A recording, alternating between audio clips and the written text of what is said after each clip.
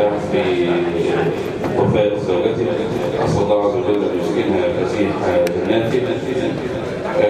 الحقيقة يعني أنا بختلف مع أخواننا في حلقة حقوق الناخبين لأنهم تأخروا في أعداء الديمقراطية وحمل التأثير الشرعية. هذا النظام لا شرعية له منذ سنوات عديدة. هذا النظام فقد شرعيته، فقد عقله، فقد شعبيته. وانا في ظني الحدث يوم الاحد الماضي ده بفعل انا حاسس كده ان في حد من المسؤولين اللي نظموا العمليه داخل المطبخ الحزب الوطني قاصد ان هو يدمر الحزب الوطني. اصل حصل ده شيء لا يتخيله امر يعني مستغرب. التزوير الفجري بهذه الطريقه دي بطلة، ده اضرار. واعتقد لما هيهدوا شويه كده ويمر اسبوع اسبوعين يعرفوا انهم اطلقوا على انفسهم رصاص الرحمه.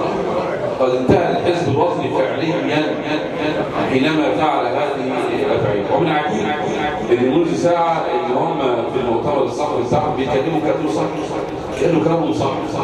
بيتكلموا عن ايه؟ عن الديمقراطيه والشعبيه والفكر الجديد والمستقبل.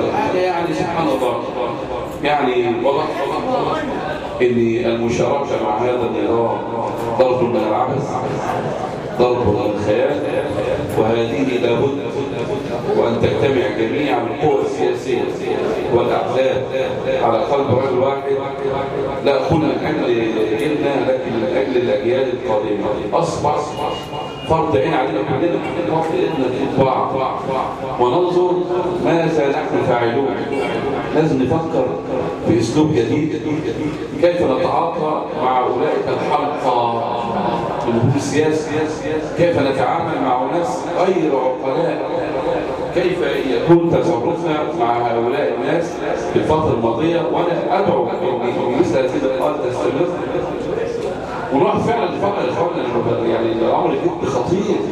احنا في واقع في منتهى الخطوره، لان بيقولوا في الحكمه اذا رايت رجل يكذب ويعلم انه يكذب فعليك ان تتعامل معه. لكن اذا رايت رجل يكذب ويجهل انه يكذب فهذا احمق، يجب ان تبتعد عنه. ده ليس مصدق راجل دمر الدنيا واجتمعت يعني جميع القوى السياسيه على التزوير والبطاله وهو منتهى الشفافيه. فكيف نتعامل مع هذا النظام؟ هذا السؤال اطرحه. يجب ان احنا نعمل ورشه عمل واثنين وثلاثه وعشره عشان نطلع في الاخر براي موحد كيفيه التعامل مع هذا النظام. ولا اطيل على حضراتكم. اشكر حسن الاستماع والسلام عليكم ورحمه الله.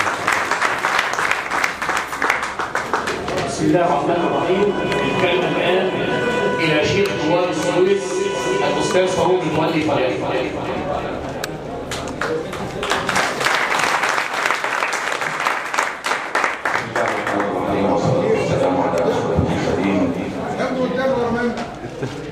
بداية يعني